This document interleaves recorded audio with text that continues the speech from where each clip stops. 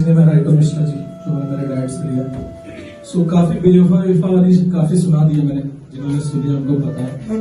तो काफी टाइम से मैं स्टेज पे कभी परफॉर्म करता हूँ, तो कभी डैड के लिए, कभी मॉम के लिए, फैमिलीज के बारे में सुनाता रहता हूँ। तो मैं ना आज आपको मेरी फैमिली से मिलवाता हूँ कि मेरी फैमिली कैसी है, ठीक है। तो उनके लिए कुछ लिखा है, और आई गेस सब लोग इस चीज से रिलेट करेंगे कि सबकी फैमिली में ये कभी ना कभी हुआ होगा, ठीक है। ठीक है, तो मैं स्टार्ट करता हूँ, मेरी फैमिली के बारे में मिलवाता हूँ। तो घर के बड़े और सबसे जरूरी इंसान से शुरू करते हैं, डैड। तो ये लाइन लिखी कि अपने कुछ पैसे बचाने के लिए वो घर से काम पर चलकर चले जाते हैं, कि अपने कुछ पैसे बचाने के लिए वो घर से काम पर चल के चले जाते हैं।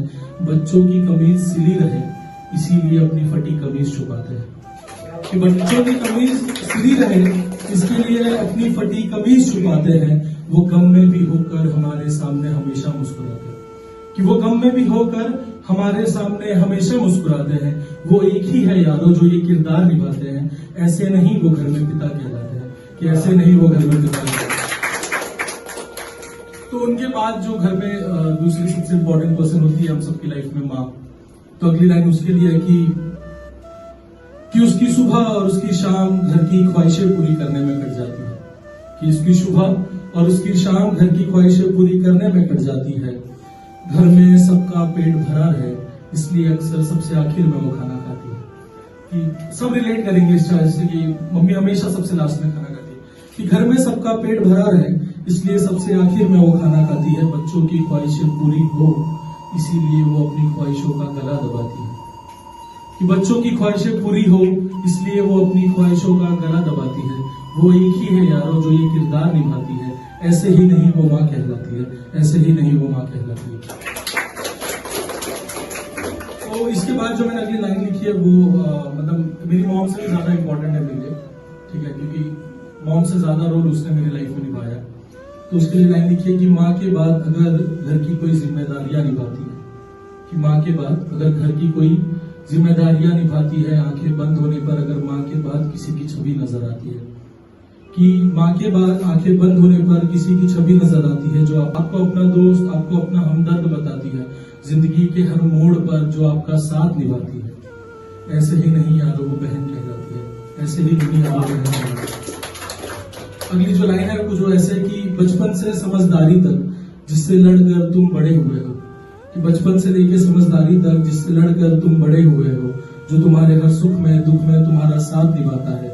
पिता के बाद जो घर की जिम्मेदारियां उठाता है, पिता के बाद घर की सारी जिम्मेदारियां उठाता है, भले कितनी तकलीफें हो उसे वो तुम्हें कभी नहीं बताता है, कि भले कितनी तकलीफें हो उसे पर वो तुम्हें कभी नहीं बताता है।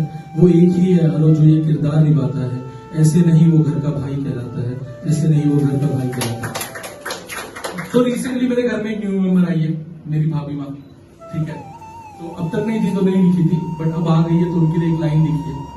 तो उनसे ऐड करते हुए कि अपना घर छोड़कर वो पराये घर में जाती है।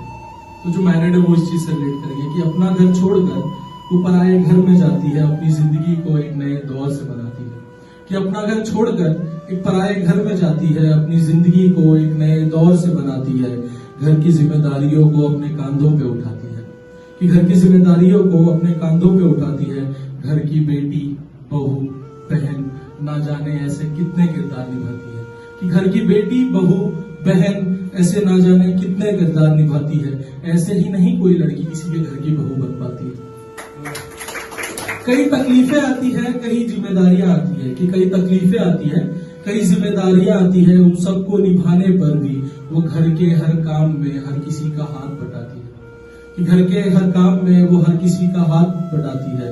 वो एक ही है यारो जो ये किरदार निभाती है, ऐसे ही नहीं वो भाभी माँ कहलाती है, ऐसे ही नहीं वो भाभी माँ कहलाती है। सो आखिरी ये लाइन है पूरी फैमिली के लिए जो मैंने लिखी थी, कि पूरी फैमिली मिलती है तो क्या होता है, कि एक घर ऐसे ही नहीं घर बनता है, कि एक घर ऐसे ही नहीं घर बनता है, कई जिम्मेदारियां आती है, कई तकलीफें आती है, उन सबको संभाल कर जो एक दूसरे का साथ निभाते हैं वही यारो घर को परिवार बनाते हैं, कि वही यारो घर को परिवार बनाते हैं, औरों की ख्वाहिशों के लिए अपनी ख्वाहिशों का गला दबाते हैं।